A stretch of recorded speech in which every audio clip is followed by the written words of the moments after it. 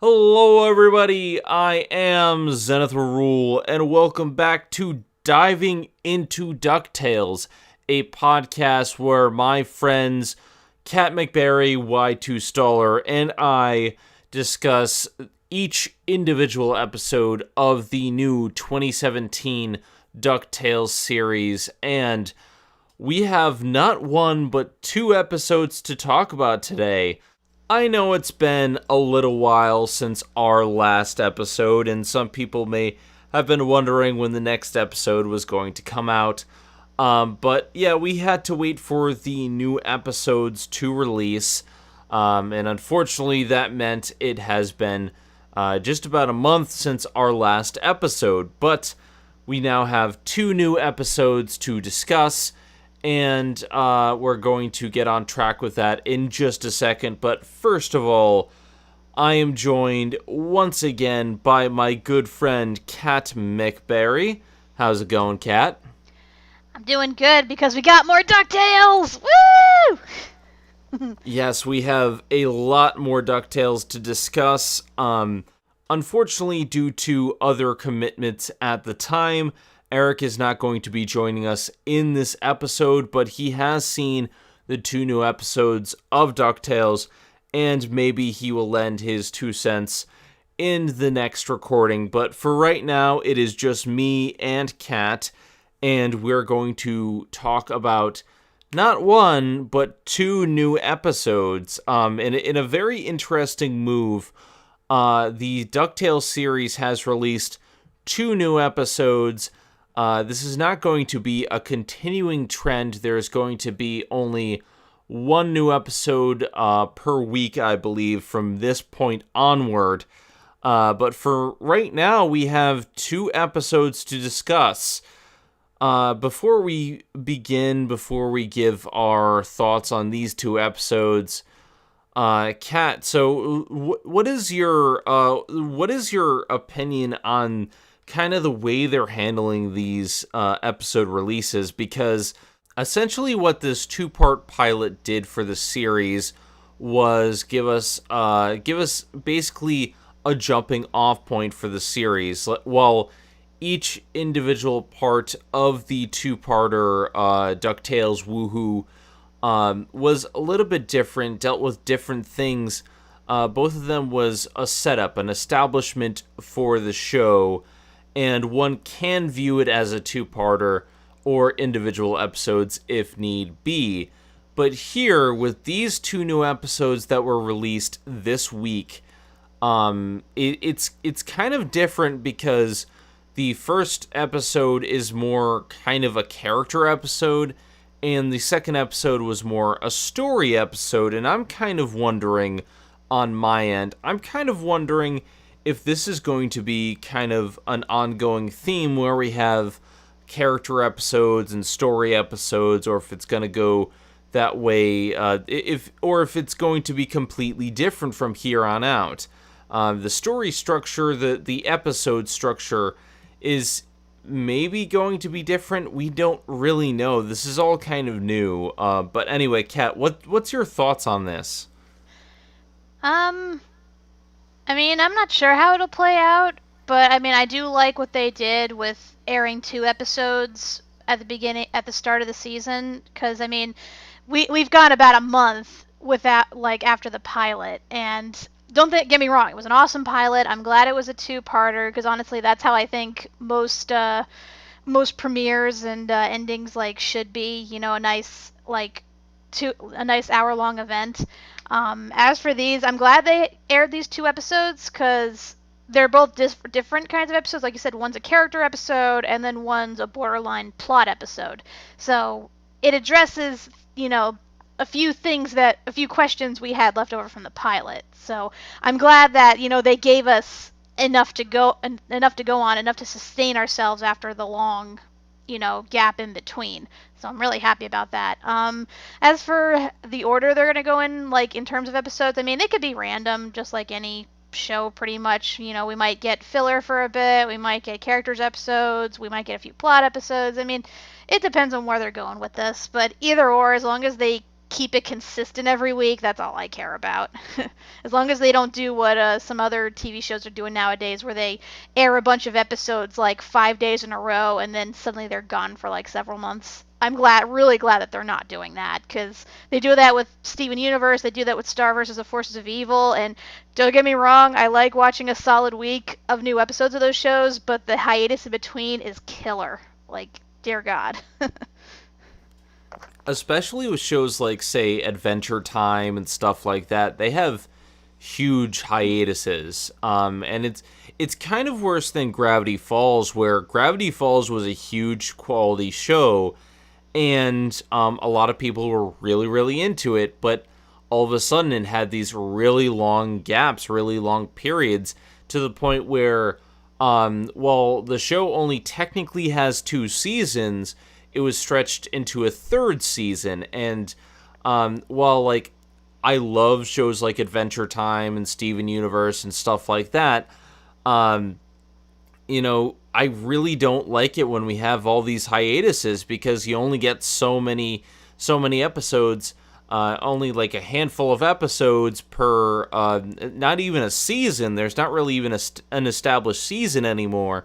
It's just whenever they come out with new episodes, we get a handful, and then they're gone for a hiatus for a long period of time. So yeah, I'm really with you, because this show is really good. From the 4 episodes that we've seen, I'm really glad that we have more of an established release date of episodes, more established schedule of episodes.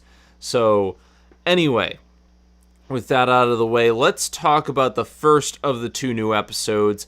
Like we said, it's a character episode. It is a Webby-focused episode, and it is titled Daytrip of Doom. And this is probably the weaker of the 2 episodes. Not saying it's a bad episode, but the second episode is actually just really damn good. But I do have to start off this episode by saying, okay, Daytrip of Doom is hilarious. It is an episode that really packs in the jokes, and I found myself really just laughing every few minutes, because the way they deliver this humor is so focused, it's so punchy, and it does a good job of making you like all of these characters and making them even more distinct than the pilot. In fact, I found myself really, really enjoying Webby as a character, especially in this episode, because it really gives her a jumping on point.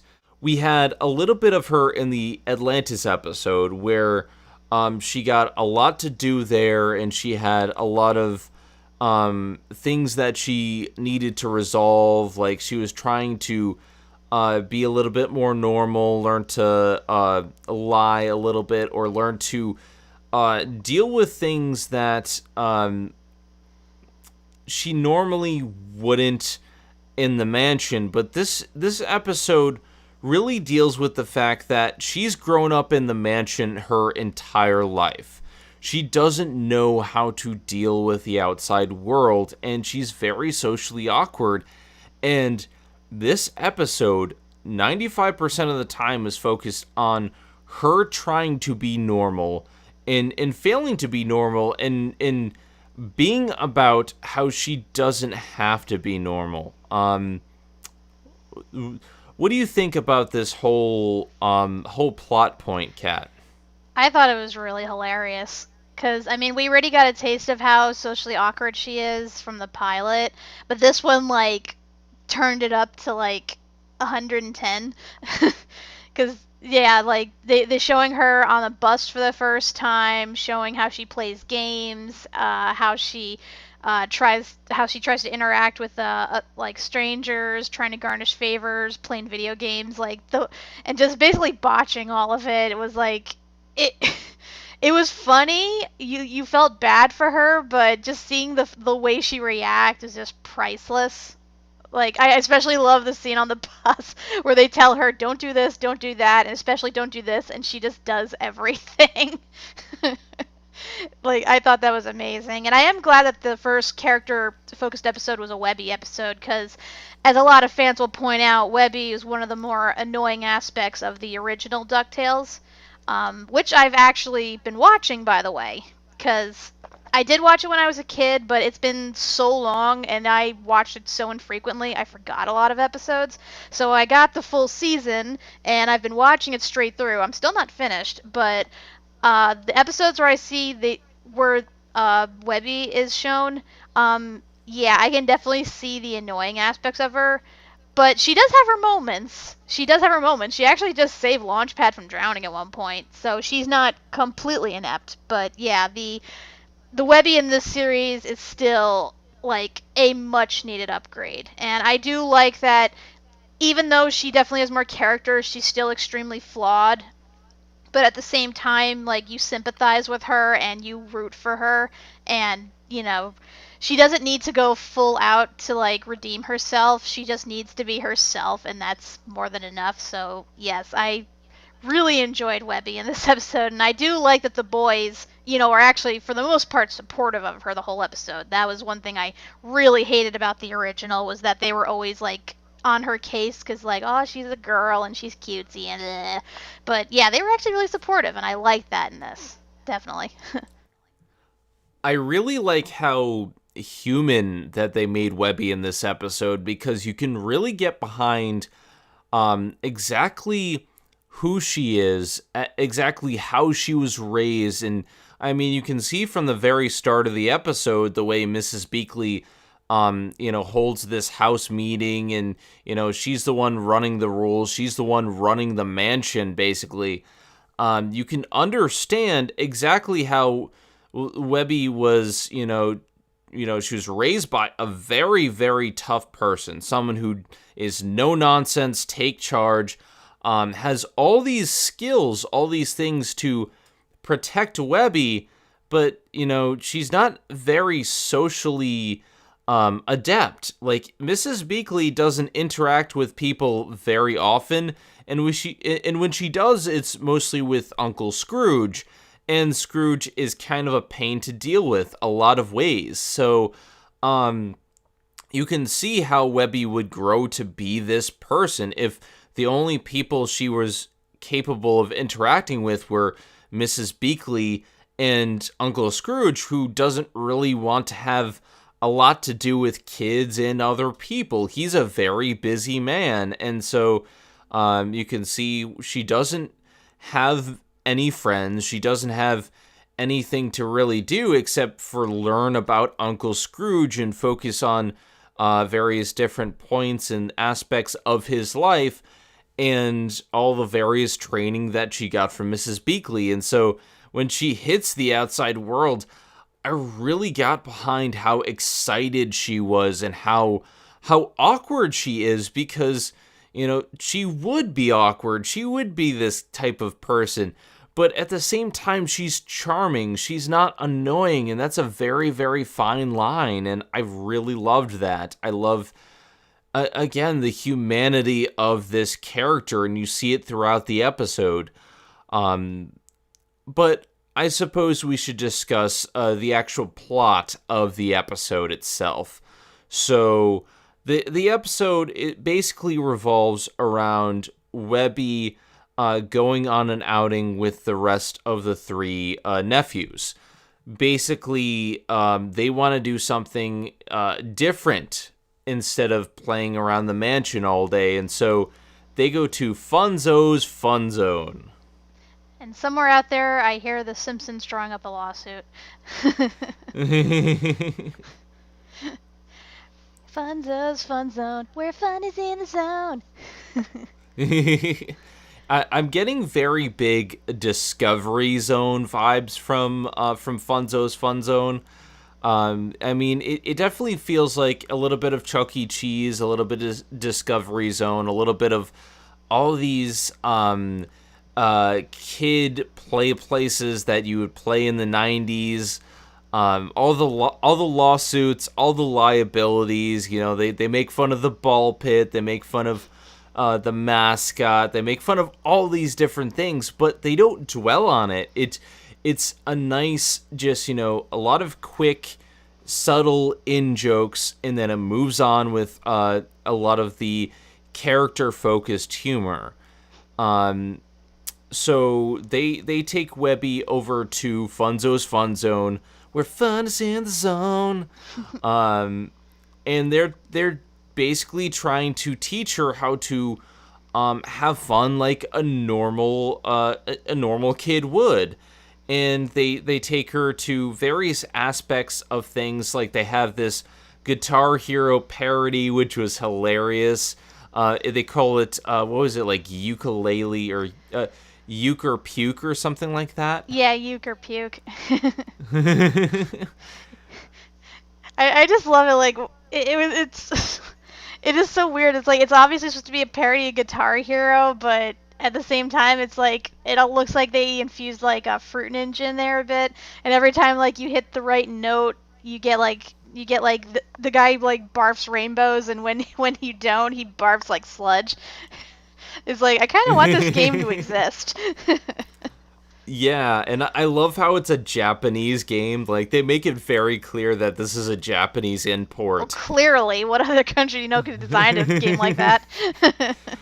So it kind of has vibes of maybe like Taiko Drum Master or Poppin' Music in that regard. And if you recognize either of those game titles, like these are some of my favorite things. Like those are big Japanese import games that have very specific like rhythm components, and I think those deserve more attention. But yeah, so we have this parody of a few different things here, and I think this shows how witty the writing is, where it's very clear about how it's not just taking inspiration from one place. It's not just one specific parody of one specific thing, and I like that. I like how clever the writing is, and how it doesn't really date itself. Like, yes, there's a little bit of humor for 90s stuff,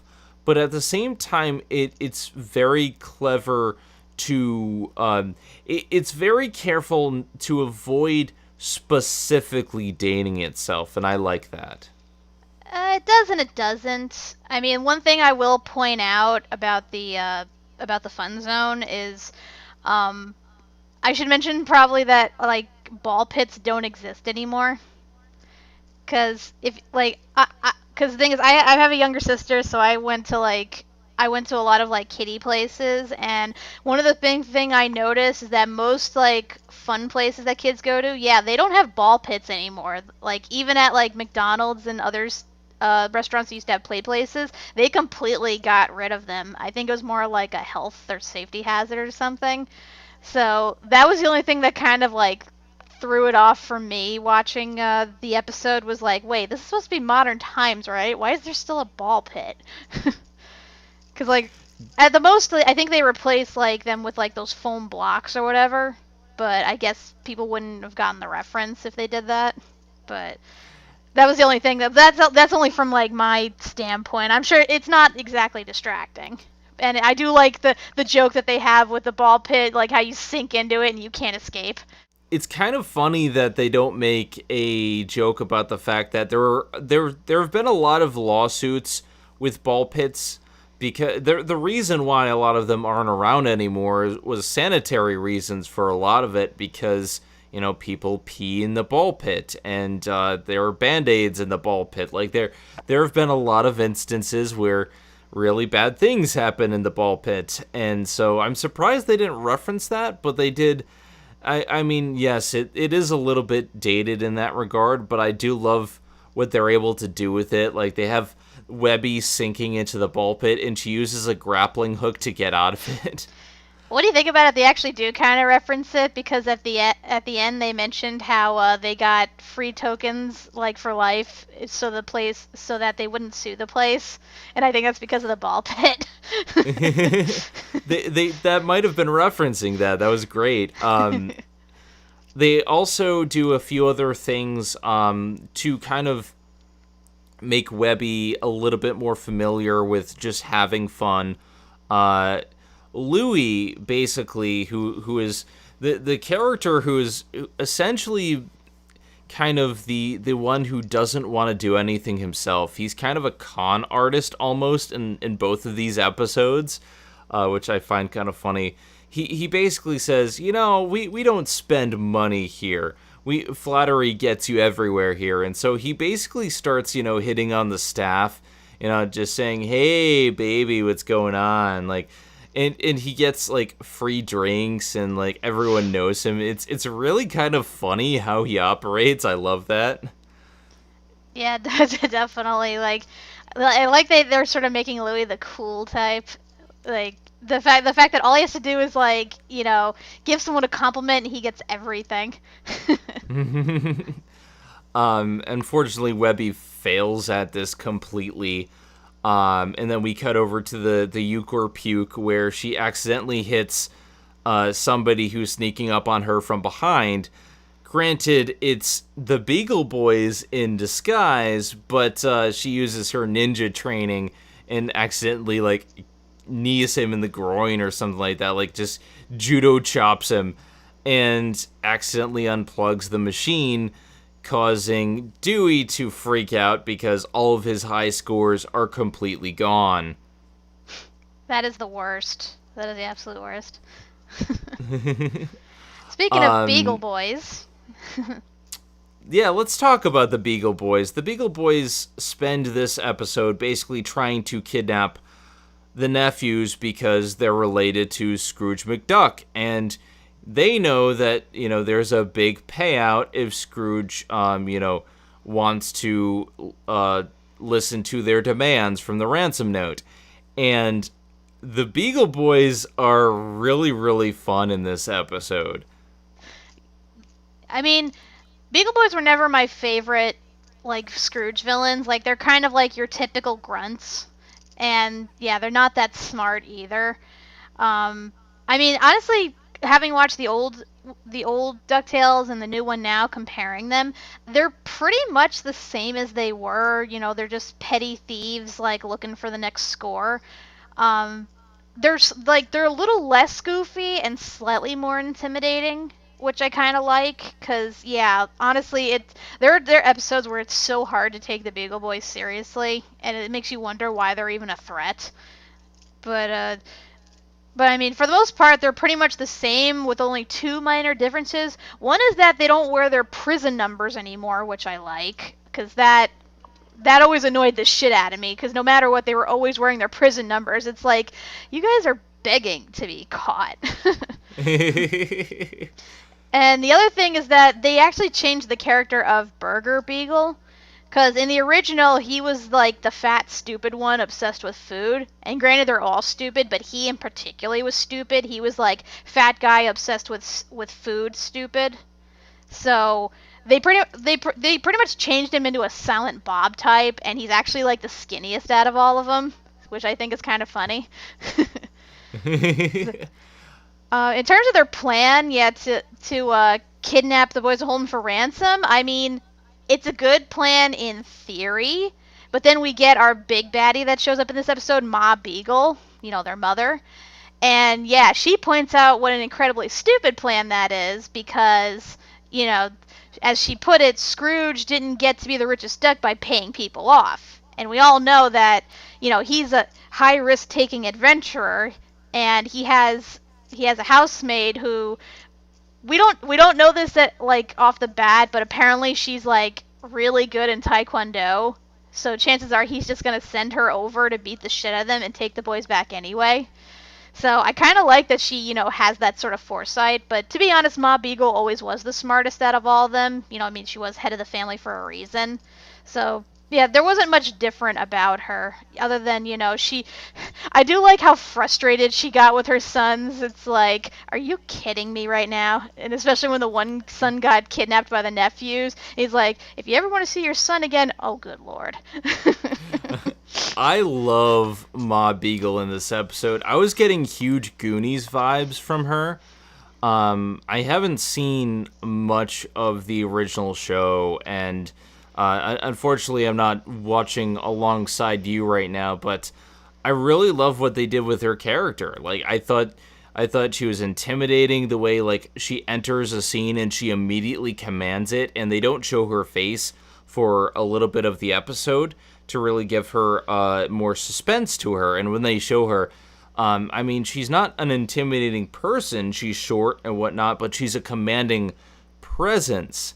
And I really like that despite her not looking intimidating, she feels intimidating. And like the whole episode, I'm like, okay, I get why even the tallest and biggest of her boys is being ordered around by her. And I love that.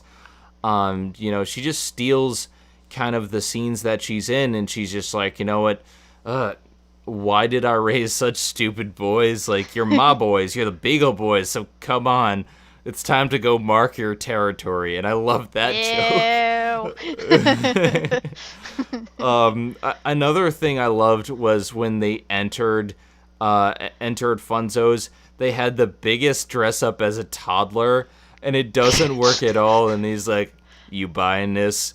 And the guy just shakes his head, and he's just like, all right, I'll just beat you up. And I love the sight gags that they use with these characters. Like, they do a great job of making them dumb, but not dumb in...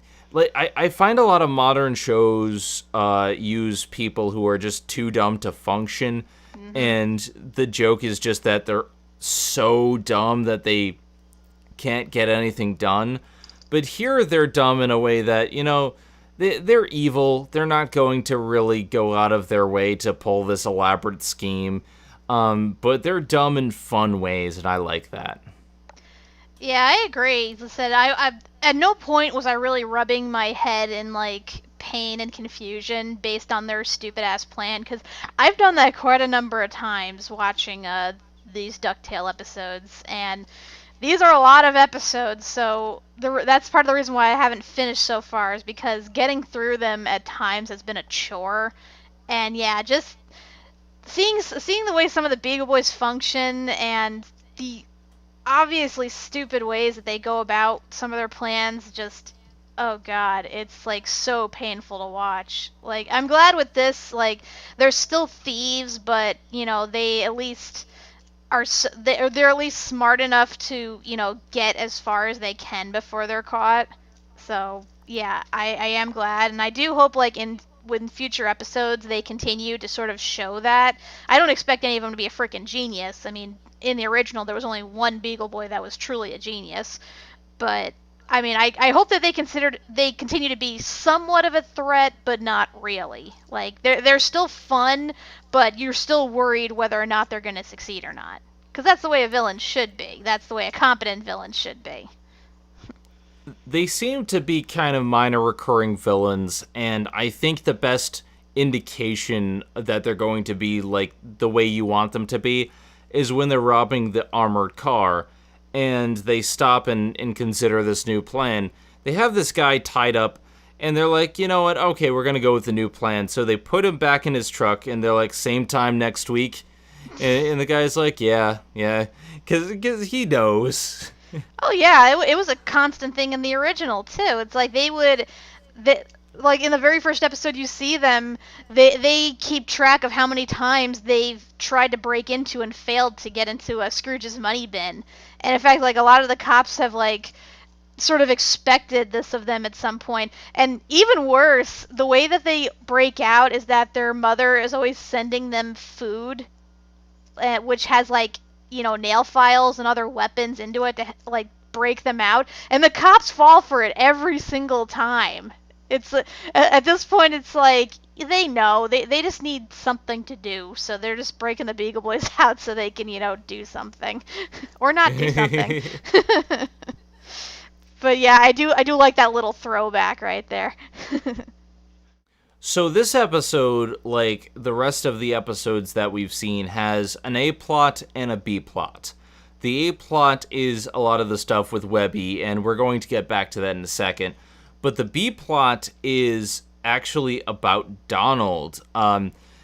Basically, Donald wants to be able to do things in his houseboat because, he's moved into the mansion, but he's a very independent person.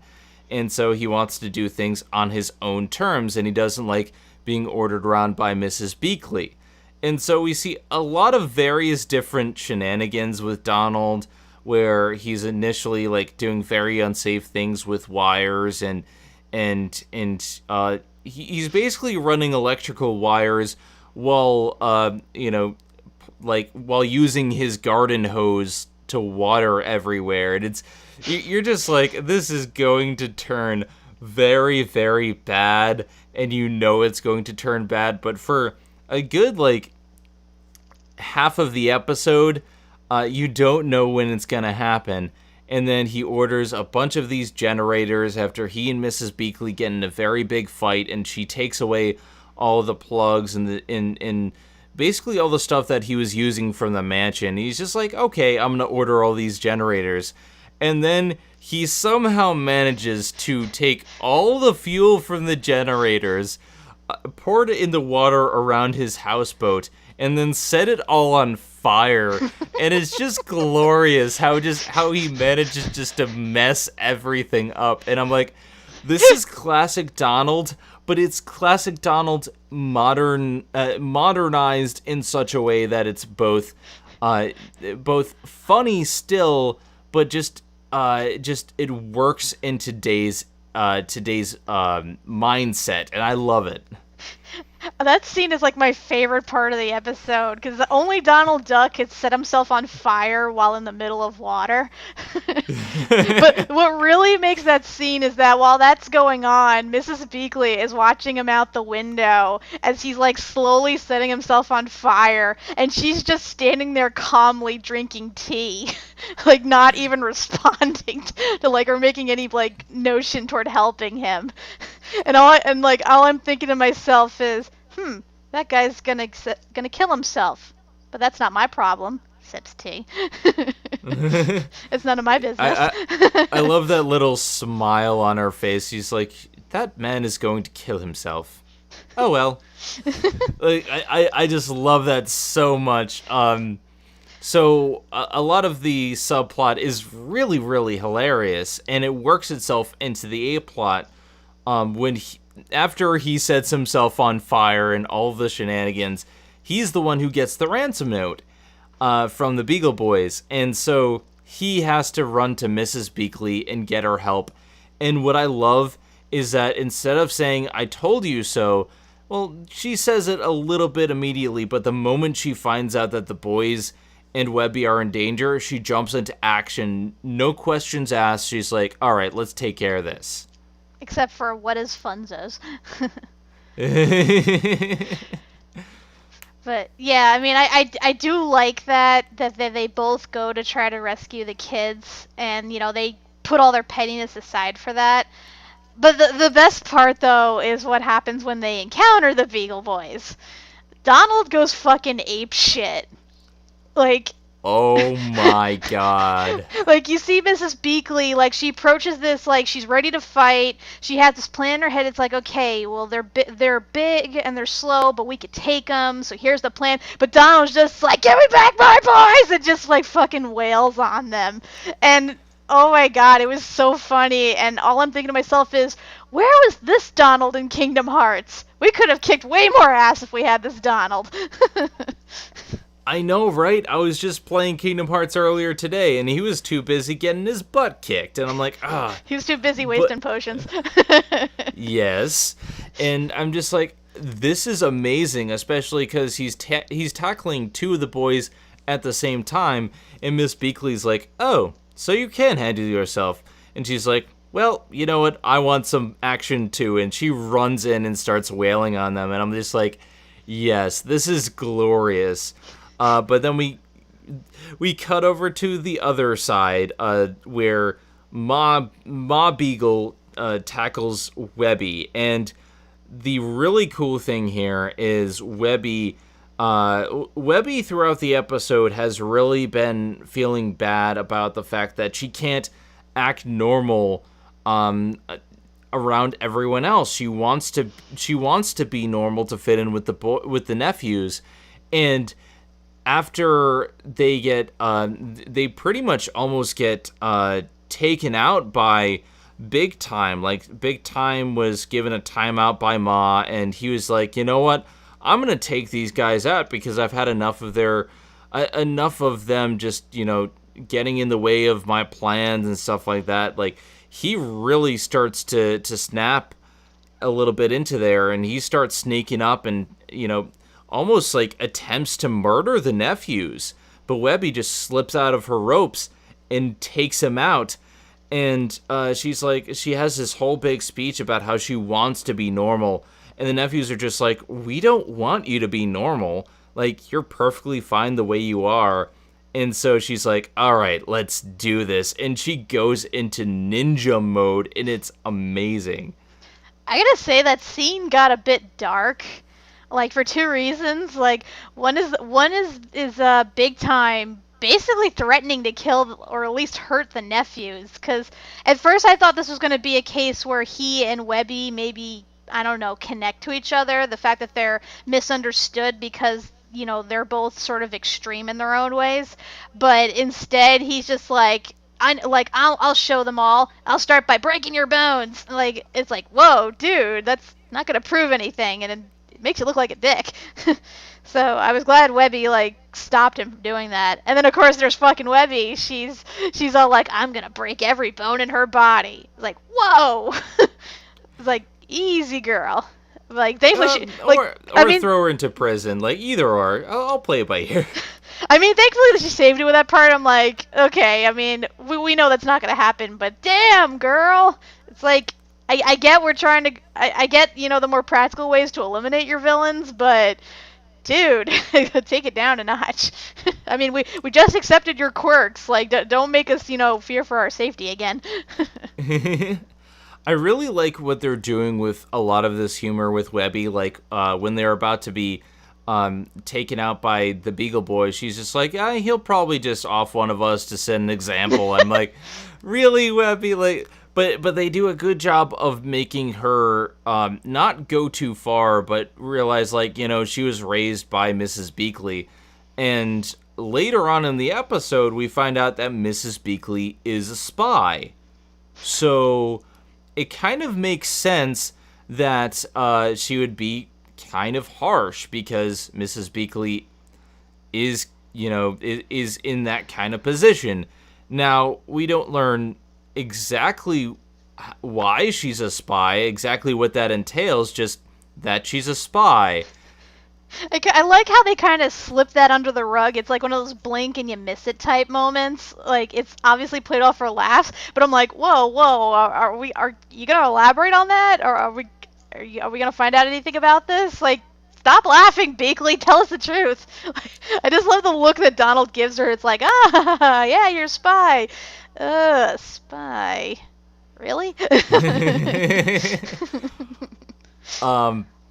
But speaking of spy, the climax of this episode is Webby taking out Ma Beagle, and she basically uses Funzo's Fun Zone to lure her into a trap. And the amazing thing is, she takes out the power, right? And as Ma Beakley walks in, she starts saying, Funzo's Fun Zone, where fun is in the zone. That was so creepy. It is so creepy, but I'm just like, oh my god, Webby's such a badass. I was getting serious Five Nights at Freddy's vibe from that. I'm honestly surprised at one point she didn't throw one of the mascots at her. I guess that would have been too on the nose. But yeah, I do like how she inevitably tricks her into falling into the sinking ball pit in order to capture her. That was a clever use of the of basically what they did in the first place with Webby sinking in the ball pit. And I just love how once the Beakley and Donald break in to go rescue their kids, they rescue themselves. Cool. We didn't have to do anything. I love how Mrs. Beakley is just like, ooh, nice split stitch. Nice choice. And then uh, Big Time is trying to get complimented from Ma, and Ma's just like, no, she's not having any of it. It's like, why can't we have what they have? Because you're an idiot, that's why. Overall, I think this is a really great episode. And while this is the weaker of the two episodes that we're going to talk about, that's not saying that this isn't a fantastic episode. I think this is really, really great. It's just the next episode is a little bit better, and this episode does a lot of really good things with these characters. It establishes every single person's character. If you haven't seen the pilot, you could start here and you can see, okay, this is this person's character, this is this person's character, this is how these people act, and every character is distinct. Every character has their own personality. I really love how, even though Uncle Scrooge is only in a small portion of this episode, he gets a lot to do. Like, he has a lot of really great cutaway gags where, like, right after the ransom note happens and Donald tries to go to him for help, he he's sitting in a bathtub full of money. He takes cucumbers off his eyes and he puts gold coins on his eyes instead. And, like, he has some really great cutaways, but at the same time, he also interacts with the children really well in the beginning of the episode while they're playing with darts, and Mrs. Beakley is just like, oh my god, I've had enough of this. He's encouraging them, and it shows that he's not just a stingy old miser. He's able to have fun, and I think they do a great job with Scrooge's character. I think they do a great job with all these characters, just establishing them, giving them humanity, and just doing a lot with them. And I really enjoy this episode for what it's able to do with these characters. I agree too. Like I said, like I mentioned in the first podcast, I love what they've done with Scrooge's character, updating him and making him more likable than he was. Because, don't get me wrong, Scrooge is not a bad character. He's definitely funny. His miserliness can be amusing at times. But I do like that he's humanized a bit more and has, like, better morals, I should say, in this version. I will notice, though, with these two episodes, we really didn't focus on him that much. Like, because, again, the focus was more on the other side characters, which is, no big deal. I mean, we still get a lot of good gags from Scrooge, and we actually do learn a bit about his background in this next episode. But I kind of like what they're doing, because they're dropping all these hints about Scrooge, about his past. They're making out to be, like, this mysterious figure who's, like, been through a ton of shit, and this is going to come into play later down the line. So it kind of, like, adds to the mystery that the show's trying to create, and I kind of like that. So I am looking forward to, all the stuff that we're gonna mention, all the little tidbits. But yeah, I mean, Scrooge in this episode, I mean, I love the way he interacts with Louie throughout all this, because, as I mentioned, Scrooge's motto was that, I became rich by being smarter than the smarties and tougher than the toughies, and I did it all square, mentioning that, he got to where he is through hard work, whereas you have his nephew Louie, who is a total lazy bum. So it was fun seeing them interact off each other, and, the whole plot of, him trying to teach Louie a lesson. So, like, honestly, there's a lot going on in this episode to talk about. I guess we should start with Scrooge and Louie first and foremost, right? Since it is the great dime chase. Title drop. One thing I do want to mention before we get into the whole plot of this episode, these past two episodes, Huey hasn't been involved in much. He was a little bit in the first episode that we talked about, but he's nowhere to be seen in this episode. I actually like that too, because that actually never happened in the original DuckTales. Like, every time you saw the nephews, it was always the three of them together. They were never, ever apart. Like, there were times where they were separated, but they never, like, you never saw just Louie or just Huey or even just Dewey and Huey. Like, it was always all three of them, and that's because they essentially were three of the same character. But here, it's like, for once, Huey doesn't show up in this episode, and it's like, huh, interesting. So I kind of like that, that they're actually, they're actually focusing on them as individuals rather as a pack. It's like, I'm really glad that they're doing that, to be quite honest.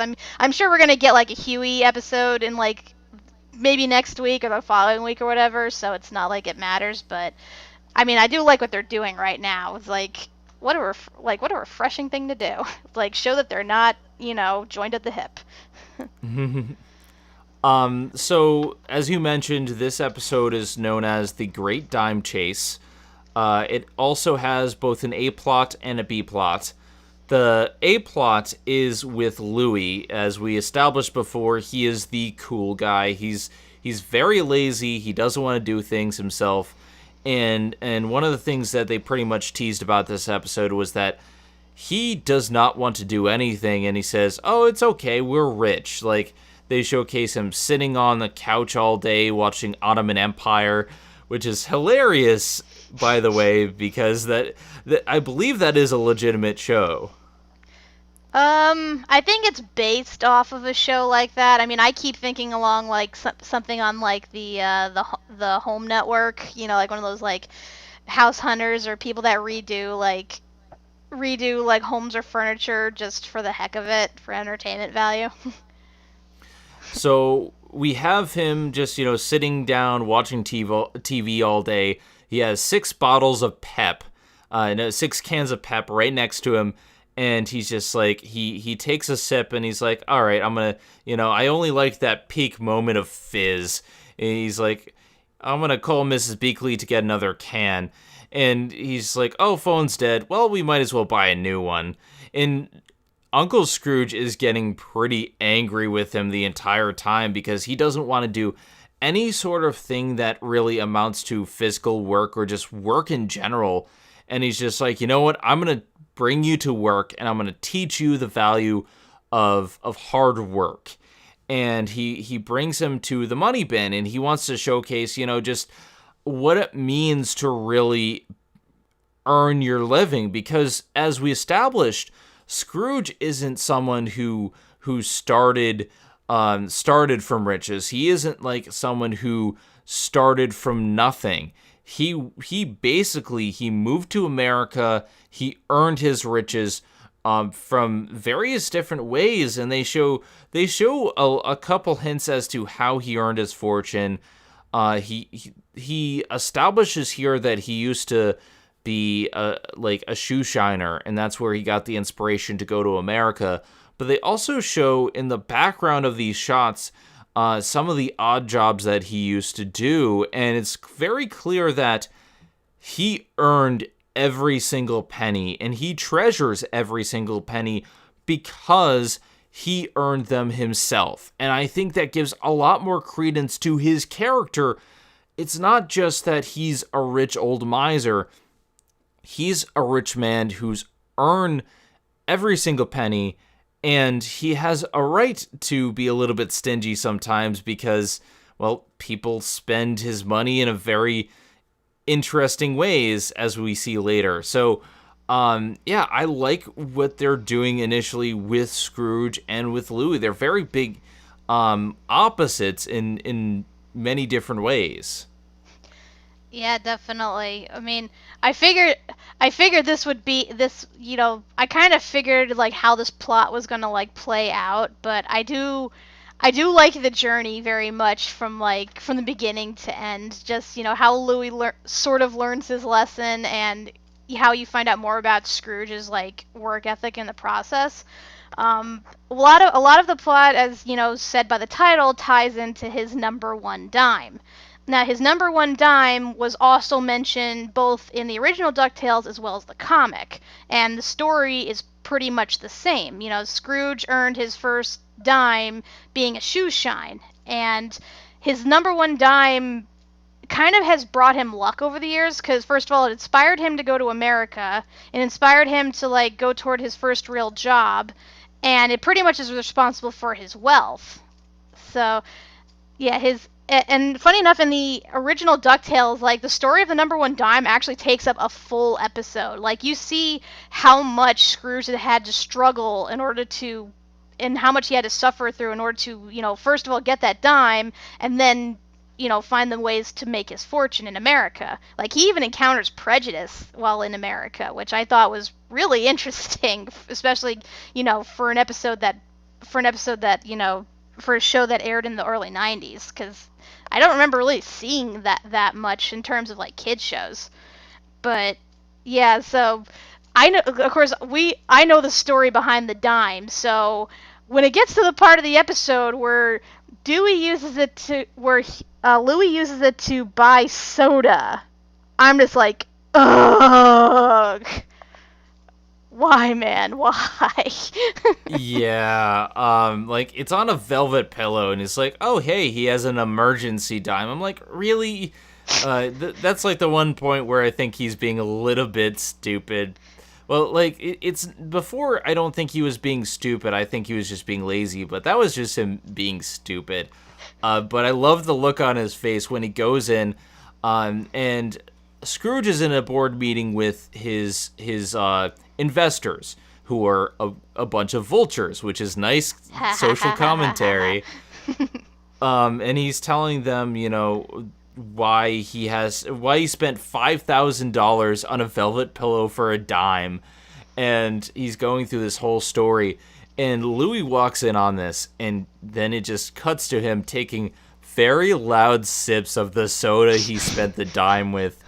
And the look on his face, he's like, I'm gonna go now. So the plot of the episode is him trying to get this dime back. Cut in between with various different clips of Uncle Scrooge explaining the various different costs that he has for the money bin. And my favorite line in this entire episode was like, how come you spend $15,000 on magical defenses? And he's just like, do you know how many vengeance curses I have on my head? Like, I love that so much. I'm like, I love that too, especially because it's true. Like, I shit you not, a lot of the episodes I've watched, like, he ends up taking stuff from, like, indigenous people or from, like, a culture that has, like, a lot of magic behind it, and I'm like, yeah, how many freaking curses does this guy have on his head, and how is he not dead by now? It's like, wow, it suddenly makes sense. The A-plot in this episode is pretty straightforward for the most part. I mean, you have Louis chasing down the dime, which leads him to go up and down stairs a lot, which is quite funny because he keeps just missing the elevator for some reason. And then, cutting to Scrooge, talking about various other hilarious ways that they spend money. And they also introduce Gyro. Now,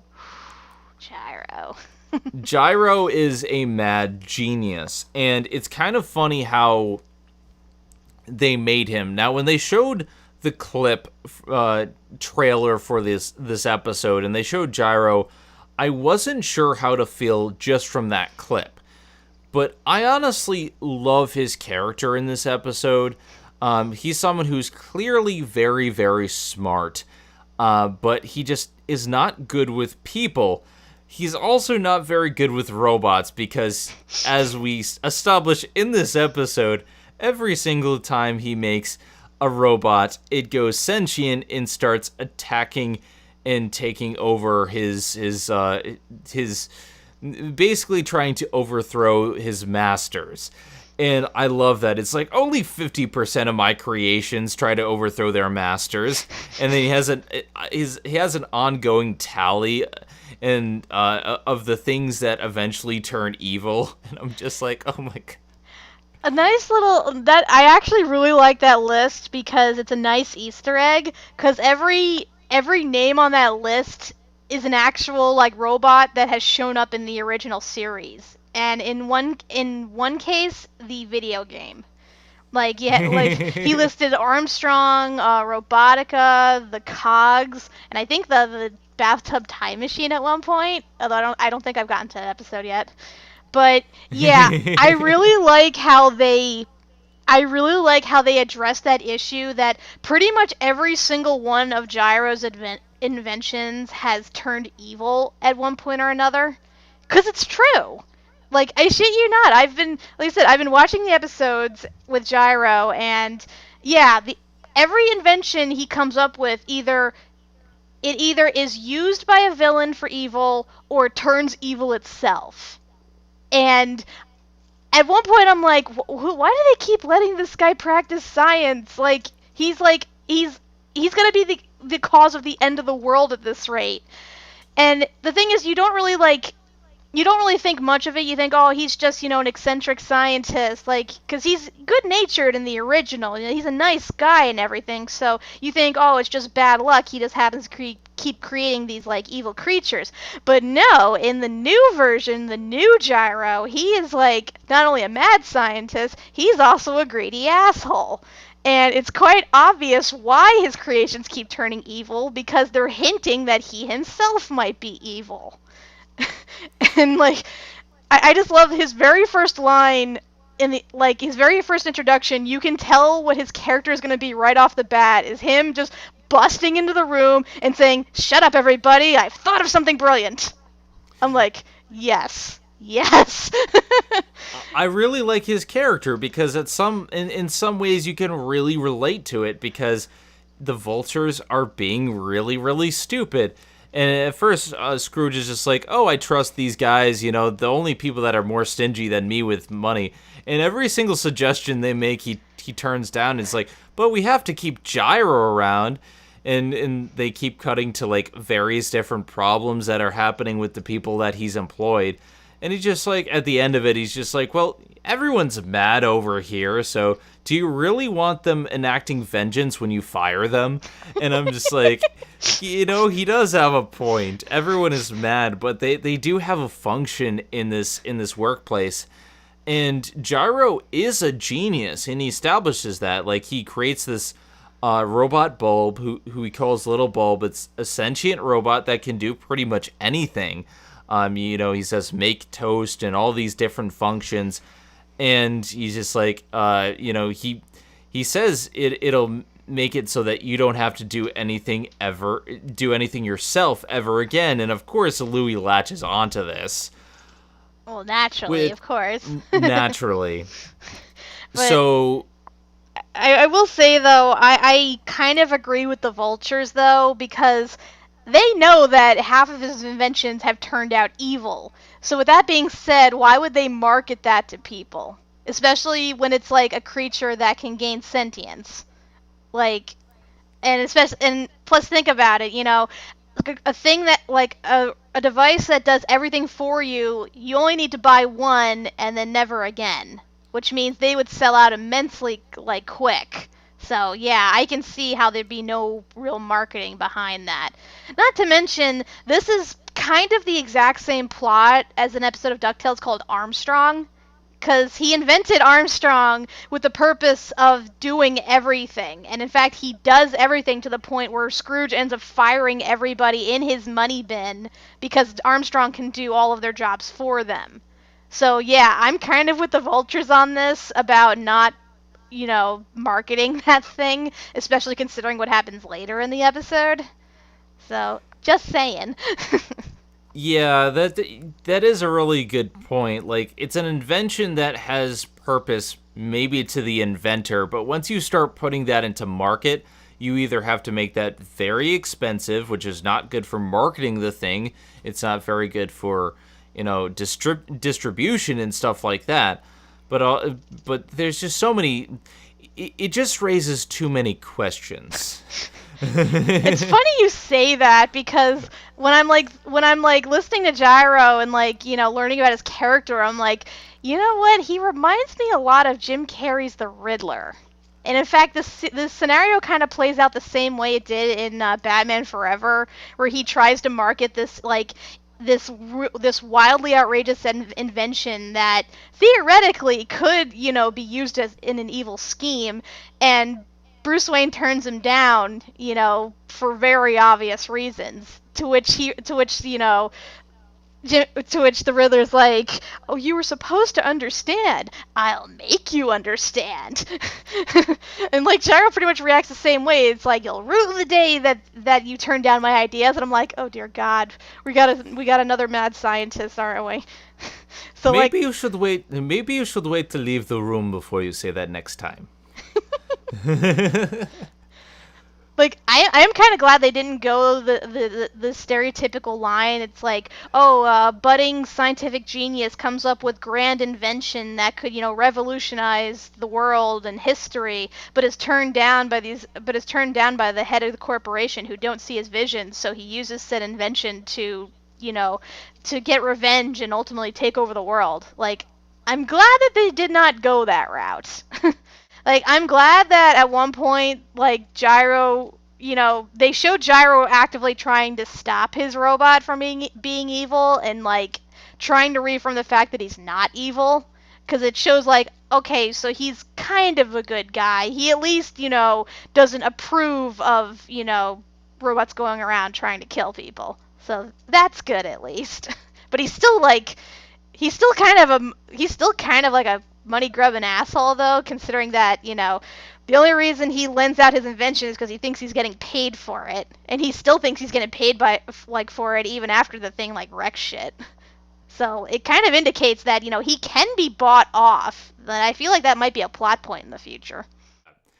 Yeah, it's kind of interesting what they did here. Louis, after seeing this invention, basically says, "Hey, I'm Uncle Scrooge's rich nephew," and tries to borrow Little Bulb to help get that dime back. He essentially starts having Little Bulb do all the work for him while he watches Ottoman Empire on his phone. And we have some of the best gags where Glom Gold is getting an Ottoman made for himself, and he keeps having them make it over and over again, and I'm loving that. But of course, because he's being an asshole, Little Bulb, starts plugging into the dime machine and uses it to become a giant robot and starts going evil. And we later learn that the reason why he became evil was that they put the wrong watt bulb into the socket, and he just went mad with power. Here's your problem. Somebody set this thing to evil.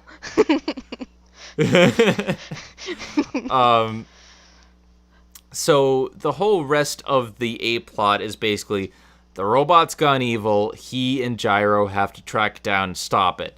And they do a really good job of showing that initially Louis was, not really getting the lesson, but by the end of the episode he realizes that yes, you have to put in hard work in order to get something done, in order to do what you want, because every single problem that was caused by him being lazy. And I think it was a good A-plot, a lot of humor there, but the real plot, the real thing that happens is the B-plot. And the B-plot is Dewey and Webby finding out more information about Della Duck, which is Donald's sister. And I really love that they are following up on this so very soon, because in Gravity Falls they did a good job establishing the whole mystery of what's behind the vending machine. If you haven't seen Gravity Falls, I'm not going to spoil it, but they established that something's behind this vending machine. Something's going on with Grunkle Stan. Here in the very first two-parter, they established that, there is something going on with Della, that, she used to be an adventurer, and they end the episode with, wait a second, what's going on with my mom? We finally get a teaser to learn about these guys' parents. Well, it's followed up on in this episode, and so Dewey and Webby go to the archives of the Money Bin, and their whole plot is that they go through the archives trying to find out information about Della Duck. But it's made ever the more amazing because the person who runs the archives is crazy as a loon, but she's the best character in the episode. Oh my god. Yes, she is quite batshit insane, and this character is actually a recurring character, believe it or not, just, written drastically different. Her name is Emily Quackfaster, and she appeared both in the original DuckTales as well as the comic. Now, in the comic, she was Scrooge's secretary, and she was kind of, your typical, secretary. She kind of, helped Scrooge where she could. She had to put up with a lot of his antics and, whatever adventurous thing was going on at the time. But for the most part, she was a background character. Then in the old DuckTales, they for whatever reason, they changed her. They changed her name to Miss Featherby, and she was, even more in the background. I think she appears, in only a handful of episodes, but she doesn't really have a prominent role, at least not that I've seen so far. I might be wrong on that. But for the most part, she's just, his assistant. In this, however, she's, what's the term, the archivist? And they call her the Archivist, yeah. Yeah, and she is think of the most batshit insane librarian you've ever watched in TV or movies, whatever, and times that by 10. She is so over the top. When she first learns that Dewey is a family member, she's like, "Welcome to the archives." But before we get into her character, I've been meaning to ask you because I can't quite put this together myself. She sounds so familiar. Do you know who voices her? Because she sounds so damn familiar. Let's see. I'm looking it up right now. Hold on. Yeah, they actually don't list her voice actress. I mean, I thought at first it was Tress MacNeille, but I don't think so. That's a shame because I really would like to know because she does sound so familiar. But anyway, I really love what they do with this character. From the moment she started speaking, I'm like, I love her. Because she's the epitome of a librarian who's so into her job that she almost creates this image of herself that she's like some evil witch or something like that, where she's just in charge of the archives, and she starts making them go on these trials in order to get information about Della Duck. And a lot of these trials seem like mundane activities, like sorting out some of the reference cards and sorting through the books. And at first, Dewey is just like, but this is just, this isn't, this is just busy work. Like, he's just like, why are we doing this? He wants to stop. Pause. Okay, I found her voice actress, and her name is Susan Ann Blakesley. She voices Wanda in Fairly Odd Parents. Oh my god, that's where I recognize the voice. Oh, it makes so much sense now. Yeah, and she's done a lot of other Disney characters too, like the Evil Queen, Lady Tremaine, Maleficent, Cruella. Basically any character that's shown up in House of Mouse or any modern, telling of those characters. I think she also voices Madame Leota, from Haunted Mansion as well. Yeah. So, wow. Okay. Yeah, so she was also in Brave as the witch, and she was an American Dragon Jake Long. So, there you go. Yeah, I'm like, it was driving me nuts because I was watching the episode. I'm like, oh, I knew you would figure it out somehow. Anyway, so yeah, she steals the show, really, in this episode. And the moment that these kids say, well, we're just doing busy work, she starts attacking them with a machete. When she started chasing them, all I could think of was the crazy cat lady from The Simpsons.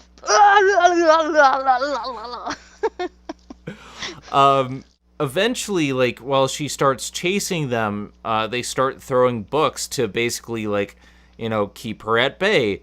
And she starts sorting the books, like, putting them away. And after a little bit of the chase, they figure out that, like, 50% of this was just her basically making them do her busy work. But I love that line. How much of this was us doing your busy work for you? About 50%. So that was great, but it does lead to something really cool where they realize some of the books are out of order, and when they actually put them in the correct slots, it opens up a secret passage. So there is a payoff for this, and they go into the secret room, and oh my god, there is a hidden room with a lot of, like, interesting tidbits, a lot of secret things. I'm not sure if all of them are related to Della, but basically these are where his deepest secrets are kept, or some of the things that he needs to keep locked away. And we finally get a little bit of a hint as to what happened. Now, there's a note from Della Duck. It says, "I've taken the spear of Selene. I'm sorry." And it's like, wait a second. Did Della betray Uncle Scrooge? Dun, dun, dun. I mean, they mentioned that she was an adventurer. What if she took one of the treasures that Scrooge had taken because she was a treasure hunter, and that's what soured the relationships between her and Uncle Scrooge, or something like that. Like, maybe that's the reason why Donald isn't part of the main line of the family. But we don't get an answer, and it's just like, oh my god, there's some interesting hints dropped here, but there's not a lot of actual, like, there's no real answers beyond we learn a little bit more. Well, one thing I noticed when he said the Spear of Selene, they actually mentioned that in the pilot. Cause the scene where in Atlantis, where they were trapped in the room full of gold, and Donald is chewing out Scrooge for getting them into that mess. He's like, "Crazy old man, like, all you care about is the next adventure. This is the Spear of Selene all over again." To which he replies, "I was not responsible for the Spear of Selene." So, like, when I first heard that, I'm like, that's a very oddly specific thing to mention. Like, I wonder if it'll come up later. And sure enough, that's apparently the whole reason why we don't see Della anymore. So, I'm really curious as to what the hell went down, because when by the end of the pilot, when we found out that, they're, like, the whole thing about their mom, I was, like, theorizing, well, maybe something bad happened to her on one of their expeditions that was Scrooge's fault, and that's what caused a falling out between him and Donald. But now, the fact that they're showing that she may have, like, betrayed them in a major way, to the point where Scrooge is trying to eradicate any trace of her existence, like, holy shit, like, she must have done something really bad. Because, like, right from the beginning, they mentioned that the only thing that Dewey knew about her was that A, she was gone, and B, that, there was this one lone picture of her that survived. And even Webby, who has done this extensive, like, research into Scrooge McDuck's family, couldn't find out a single thing about her other than this one time where she got a piece of junk mail with her name on it. And Scrooge ended up buying out the post office and presumably disposing of the postman. Freaking dark right there. So, yeah, this is some serious shit. Like, I'm really interested to see where they go with it. Honestly, like, while I like the A plot, and while I think this entire episode is amazing and funny, the B plot is what really cements this as the best episode thus far, and amazing. Like, I never thought that DuckTales would get this clever and this good. Like, this is a very deeply woven story. It has Alex Hirsch all over it. Like, you can clearly tell that this was a well thought out storyline. They knew what they wanted to do from the very start, but what really sells it is the way they foreshadow and hint at things and give you small little tidbits. Drip feed information, but make every single information important to not only the episode, but to the overall story. And it's just so well constructed. It's so well constructed. It's so well done. Honestly, like, this is some of the best writing, some of the best storytelling I've seen in a TV show since Gravity Falls. In fact, in some cases, I might want to say it's a little bit better because they followed up on this almost immediately. So, I mean, yeah, like, this is quality storytelling. This is storytelling at its finest, and I simply love every single bit of this episode. I could take or leave some parts of the A-plot because some parts of it is very bog standard with what they're trying to teach Louis, but I think the execution is what really sells it. But this B plot, I mean, is amazing. Yeah, like as soon as Dewey mentioned, that he was looking into research on his mom, I'm like, ooh, we're getting some juicy bits right off the bat. I like this. I will say, though, I have a bit of a theory sort of stewing about that. Like, it's nothing solid, and this is pure speculation on my part, but this is just what I'm piecing together. Based on, like, what they're saying about Della and, the potential that she may have, gone rogue, maybe even turned evil, and the fact that we have another character who was good and now seems to be going the evil path, like, I'm wondering if maybe we might get, like, a new villain in the form of Della. And this is pure speculation on my part, but this is only because we haven't heard anything about this character. There is a big baddie from the original DuckTales. One of, like, Scrooge's, like, most notorious nemesis, Magica Dispel. Like, she was, like, one of his only magical, like, rivals, and she caused the most problems for him. And you would think that with this reboot, she would have been, like, right there alongside with, like, Ma Beagle and Glumgold and all of them, but they've kept oddly quiet about her. Like, we don't even have a hint as to whether or not she'll appear in the show or not. So I'm wondering if maybe the whole Della subplot is going to tie into Magica, especially given that, she stole an artifact, the Spear of Selene, which may or may not have magical properties. Again, this is just speculation on my part. I just wanted to share it real quick while we were talking about it, because that would be really interesting. I wonder... I think that does sound interesting. My thoughts is maybe she was put under a spell, or maybe she was tricked in some way. Like, I think that there's something going on where one of the villains tricked her into betraying the rest, and in order to take care of Uncle Scrooge, and there's something there. I can sense it. But there's another thing that was dropped at the end of this episode, and I think what's really great about this show is how they drop cliffhangers for story bits to keep you watching.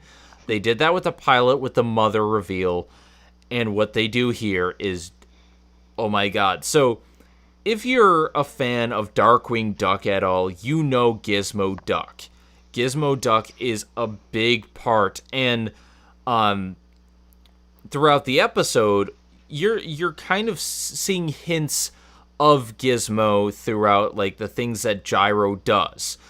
If you've seen Darkwing Duck, the main phrase that many people remember is the transformation phrase that Gizmo Duck has. It's blathering blatherskites.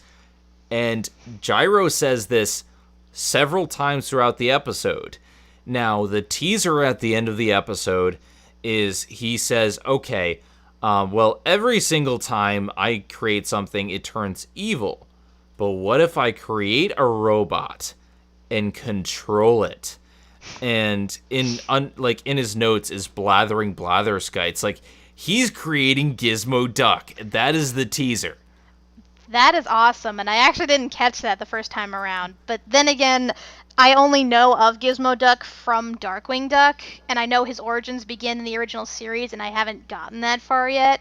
But I do like how you pointed that out to me. I'm like, holy shit, that's awesome! Because I was honest to God scared that we really were getting Gyro as a legit villain, that he was basically going to do the plot of another episode where he creates 4 gigantic robots that are, that are they're basically operated by people. He built them for Glomgold, just for like, a side project. And of course, they end up getting taken over by the Beagle Boys and turning evil. I thought we were going to get something along that line, but when you pointed out the Gizmo Duck to me, I'm like, yes, we're getting to this right away. That is awesome. Because we already know that Fenton Duck's going to show up. I believe they said he's supposed to be Gyro's assistant at some point. So I'm kind of wondering if maybe Gyro's going to design the suit for himself with the intention to use it, maybe to start off like his evil plans, but then Fenton's going to come in and sort of take that away from him. Like, I don't know, maybe the suit will bond with him or something so he can't ever use it. Like, it's just a theory I have, but I mean, the point is we're getting Gizmo Duck, and that is awesome. It's really, really cool, and unfortunately I don't know enough about Darkwing Duck to, remind me, just so I'm clear. Darkwing is a different character than the rest of the ducks that we have in DuckTales, correct? Yeah, because well, yes and no. I mean, the thing about Darkwing Duck is that he's a superhero, but he's kind of a self-serving asshole. Like, he doesn't, like, he doesn't fight bad guys or do heroic deeds for, the sake of justice or the greater good or whatever. He does it just so he can get attention.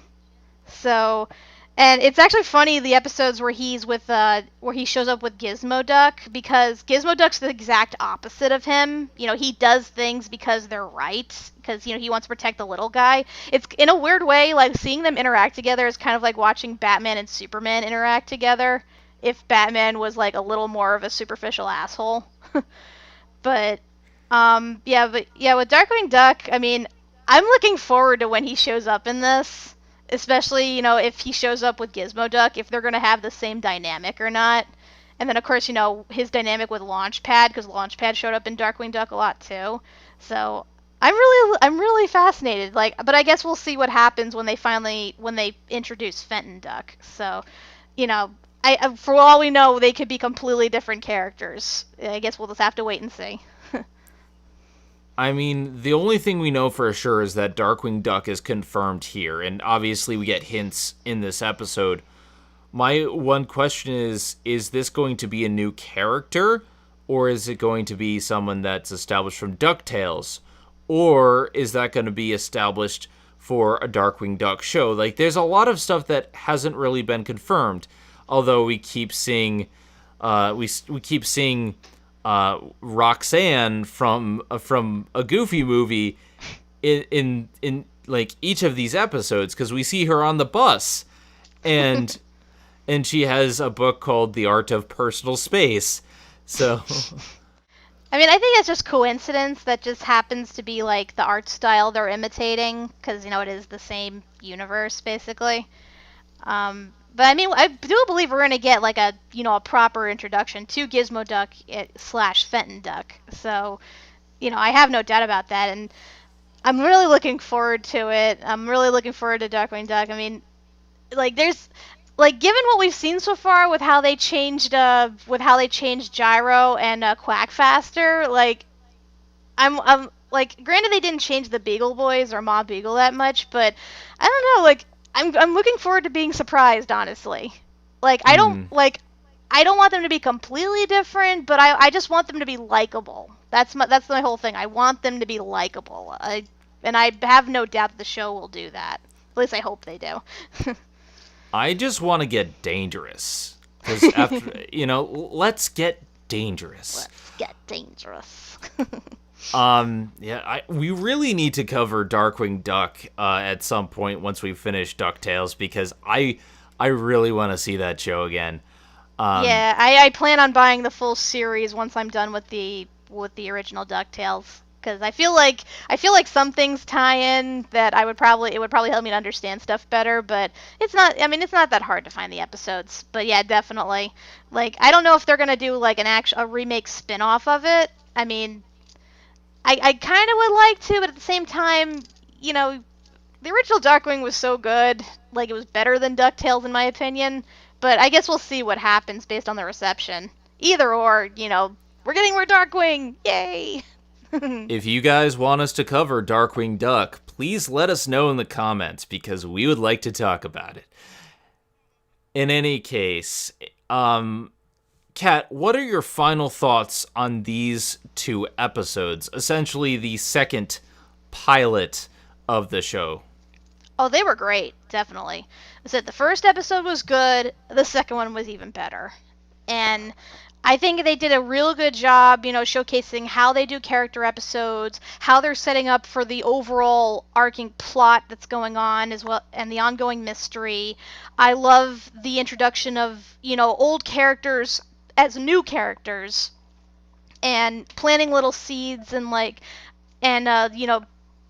basically giving a little hints toward the direction they intend on going, what they intend to do with certain characters, and, little Easter eggs that they throw in there, both from the original series and the comics. Like, I think these 2 episodes were very well done, and I look forward to more. I can't wait for the next episode. It's, like, I don't expect every episode to be amazing, but if they can keep up my level of excitement that it is right now, like, I will consider that a success. So, yeah, these 2 episodes are great, and I look forward to more.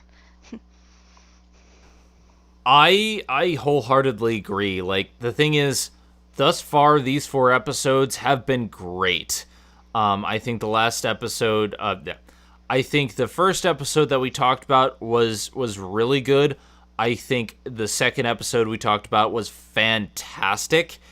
And again, this is some of the best writing I've seen, some of the most consistently good kid show episodes. It's a show that really clearly takes its audience seriously. It doesn't dumb things down, much like Gravity Falls did. Like, this is a show that I think both parents, kids, adults, everyone can enjoy, because of how clever and how well written it is. And like, the storyline has me so hooked, has me so engaged, and what they're doing with these characters, like, I'm just like, yes, I want more.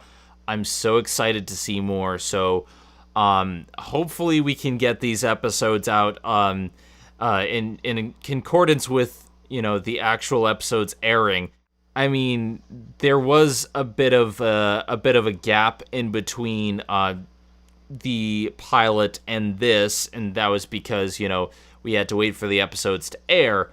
You said that these episodes were going to be weekly, correct?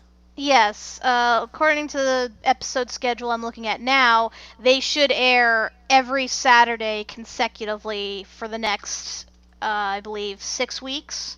I only see up to October 28th, so chances are they might take a break closer to, like, Thanksgiving, Christmas weekend, so, around the big holiday time. But for right now, yeah, we get 6 more consecutive weeks of DuckTales, so, we have that to look forward to. So the way I see it, this episode is going out Friday, and I know people have actually started asking when the next episode is coming out already in the comments of the last episode, so I'm just going to say this here. Future episodes are going to be out on Mondays, because we have, we have the Disney debate, and we have other shows that we're doing. So we are going to be a little delayed coming out with our review, but that's because we have to watch the episode. We want to actually have Eric on with these episodes, and we want to find a time that's good for all of us. Please, we ask that you please be patient as we record these episodes. We're trying to make sure that they come out in a timely fashion, but just know that there might be a slight delay, but they will, in the future, they will be released on Mondays, usually, around the same time that normal episodes come out. with that being said, I love what I'm seeing so far. I am so intrigued. I'm having so much fun. And while there are maybe some minor issues with some plot points being a little bit rote, a little bit cliche, or stuff like that, stuff that we've seen before, the execution overall is fantastic enough to the point where I didn't care. So yeah, it's a clever show. I'm loving it. With that being said, I am Zenith Rule. And I'm Kat Macberrie. And we will see you guys next time on another episode of Diving Into DuckTales. We will see you guys. We will see you guys then. And have a wonderful evening. And just remember, kids, blathering blatherskites. TTFN, ta-ta for now. Hey, this is Megami33. Thank you for watching Zenith Will Review. Don't forget to like, comment, and subscribe for more awesome videos. If you like what you see, check out the Patreon page at patreon.com/ZenithWillReview. Do you know how many vengeance curses I have on my head?